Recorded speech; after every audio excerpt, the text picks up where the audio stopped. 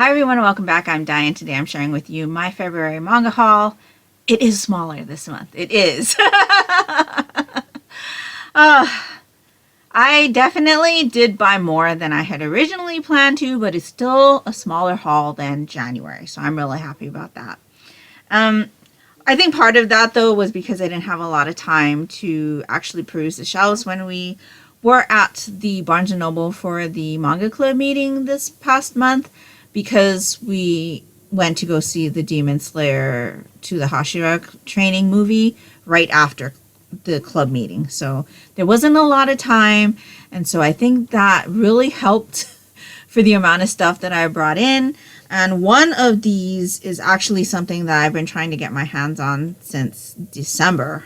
If you had watched my Vlogmas videos, there was one video in there where I did take you guys manga shopping with me, and the copy that was there was all beat up, so I finally got my hands on one that wasn't. And so yeah, let's just get into it.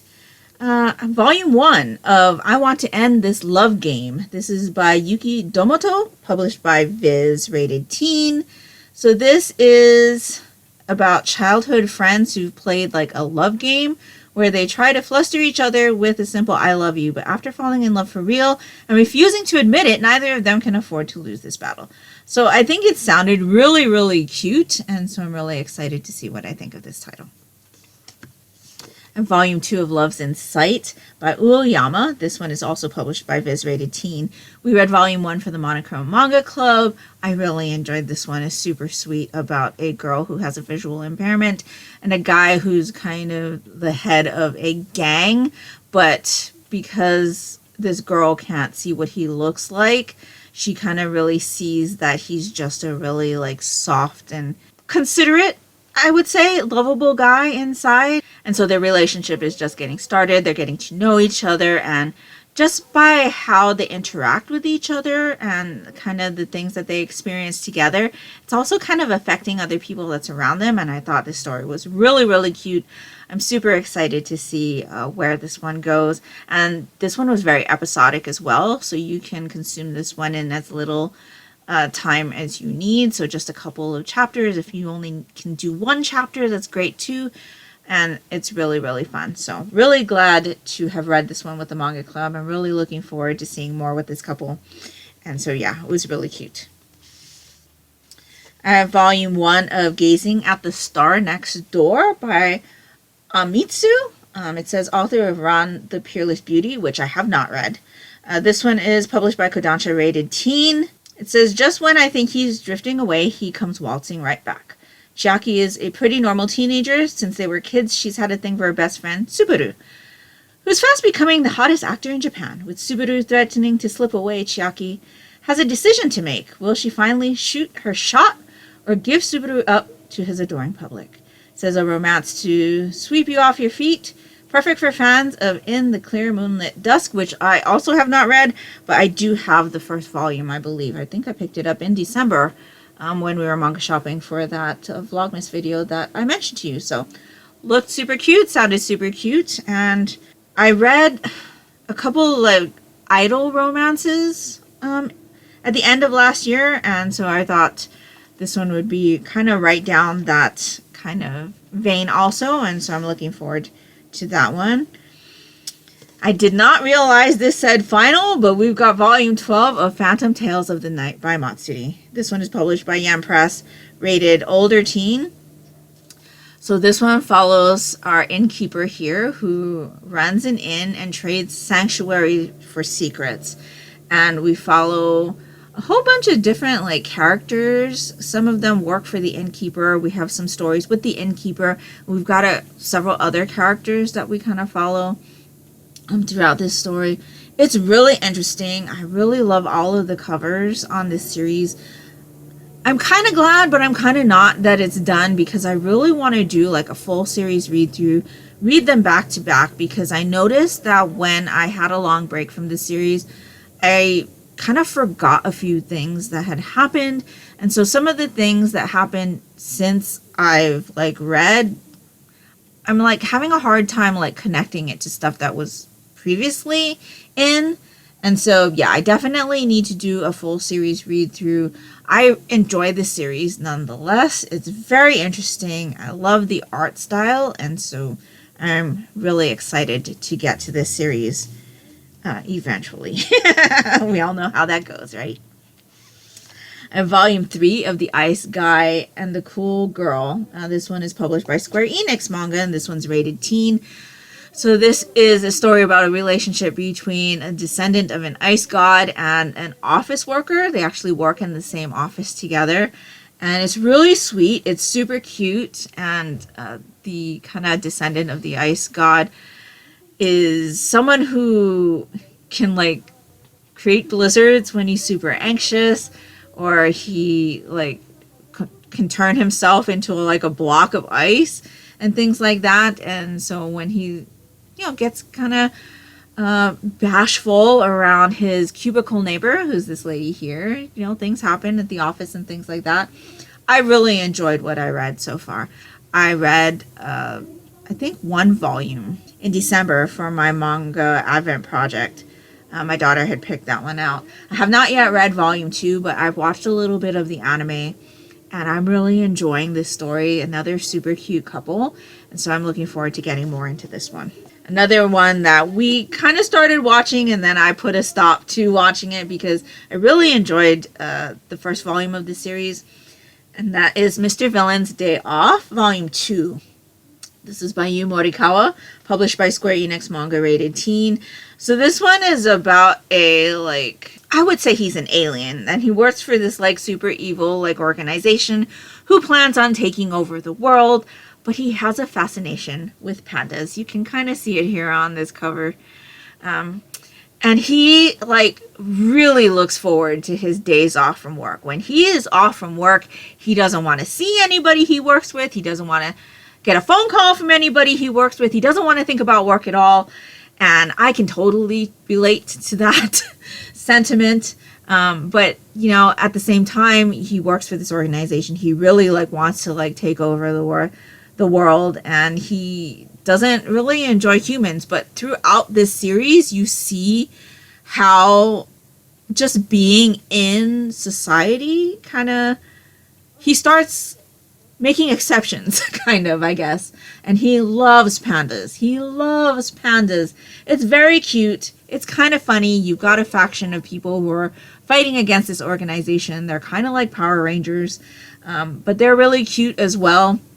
And I just really love seeing what this guy is up to on his days off, because they're usually filled with good food, really sweet visits to the zoo to see the pandas, or watching TV shows and things like that. And it's just really, really entertaining.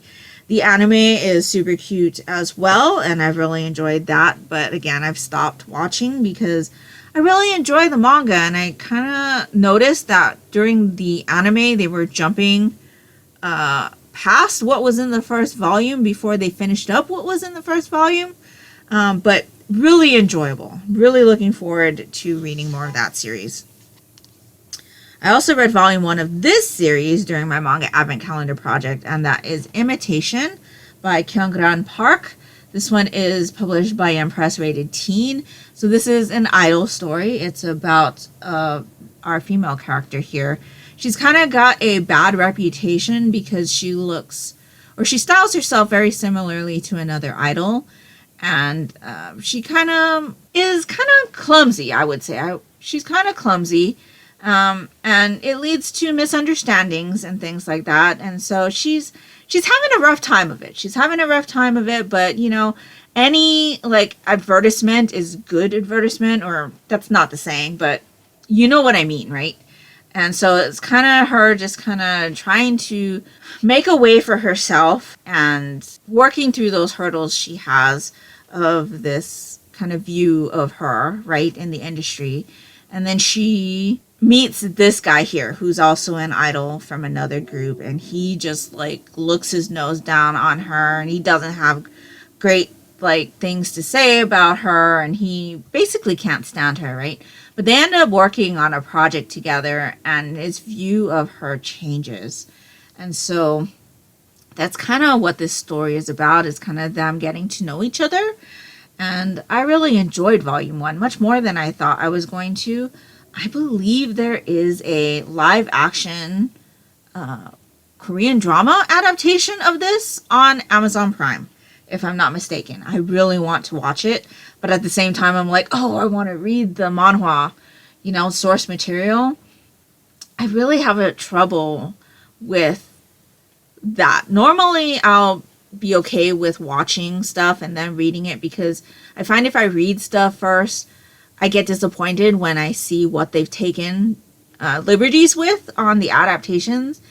But there've just been so many things lately where I'm just like, oh, I really enjoy that manga or the manhwa, and then there's an adaptation that I'm really enjoying as well, and I don't know, like, do I continue with either or first? Do I wait? And so I'm having a bit of a struggle, but I'm glad that there's all of these adaptations, because I've been really enjoying all of the ones that I've been watching.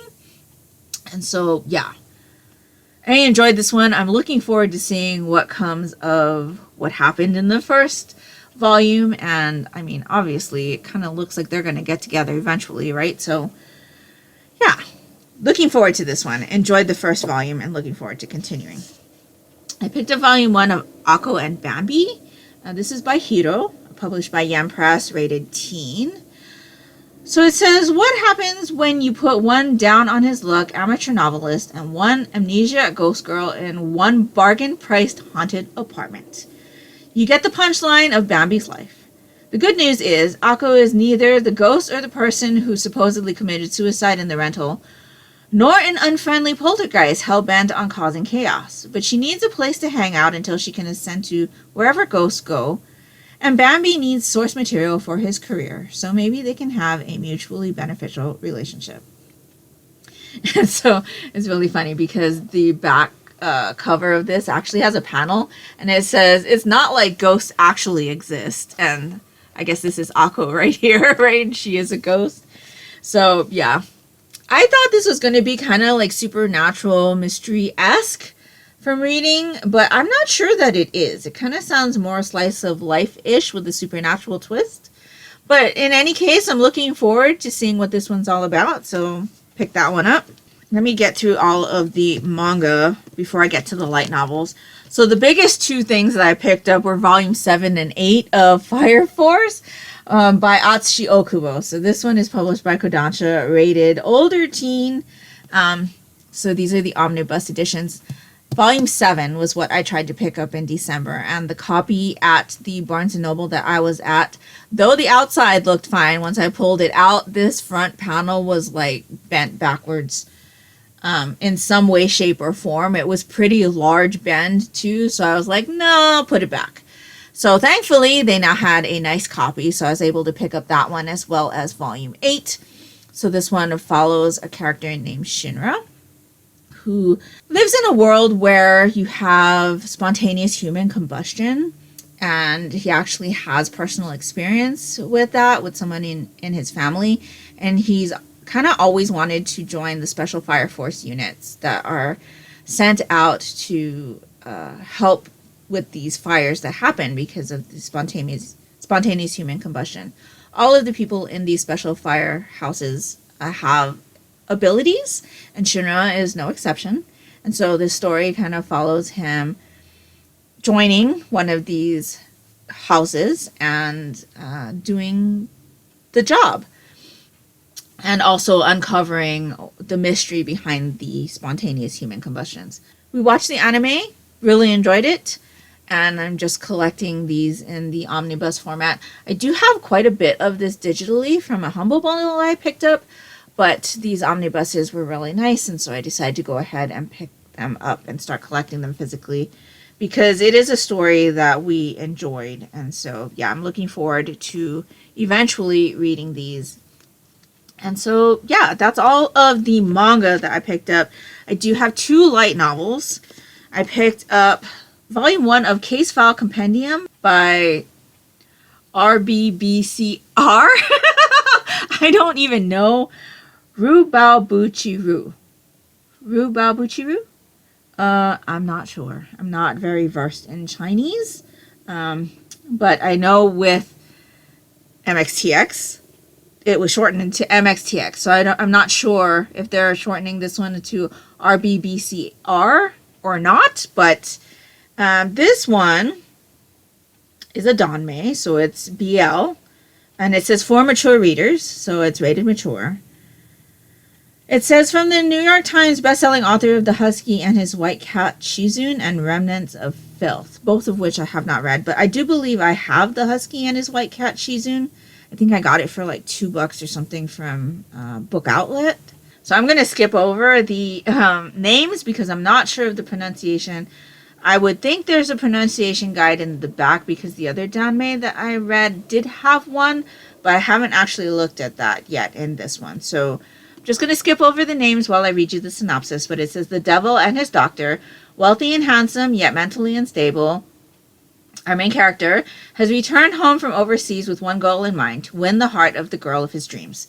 However, in his time away, he has nursed more than unrequited feelings. He must confront his long-held grudge against her older brother, who doesn't think him capable of love. But history is not easily rewritten. As a former doctor, the brother is the only person in the world who truly understands our main character's volatile mental state. When the two are involved in an explosive incident that exposes a dark secret, the brother's suspicions about our main character are confirmed. Now, our main character must confront his own demons, including his dark obsession with the brother. So, this is actually pretty chunky. It's got some good weight to it. Really pretty cover. And I'm looking forward to this one. I thought this was going to be kind of murder mystery-esque, maybe. I am not quite sure of that, but in any case, it sounds like it's going to be interesting. And so decided to pick that one up to check it out. And then the last thing that I got was My Happy Marriage, Volume 6 by Akemi Agitogi. This is in the light novel edition. This one's published by Yan On Rated Teen. So this one definitely starts out as a Cinderella retelling. Where we have our main character here, Mio, who is like our Cinderella character, and she ends up getting betrothed to Kyoka, who has a tendency of losing his fiancés because he's very kind of cold and standoffish, and the fiancés just run away. And so Mio ends up going to live with Kyoka. They end up getting to know each other, and very Cinderella-esque. It definitely turns into more than that after the first volume of this light novel. It's very supernatural mystery right now. And of course, you've got the blooming romance on the side. It's a very slow burn romance. But I'm really enjoying the story. I'm always looking forward to the next installments in this series. And so I'm glad to have my hands on this one. So that's everything that I picked up in the month of February. As of right now, my March buy list kind of looks about the same. Yeah, I would say about the same amount. But I will have more time in the store this month, I think, to peruse the shelves while I'm at the store for the manga club meeting. So I'm really excited for all of the things I purchased. I'm also excited about the fact that my spending was a bit more manageable this month. But yeah, really excited to read all of these. Let me know down in the comments below if you have picked any of these up or what you thought of them, but please no spoilers. And if nothing else, you'd just like to let me know that you were here. If you could leave me some kind of, I'm going to say flower emoji for all the flowers on My Happy Marriage. That would be greatly appreciated and would really help me out. And that would do it for me today. So I hope you're all doing great. I hope you're all safe and healthy. And until next time, take care and smile always. Bye.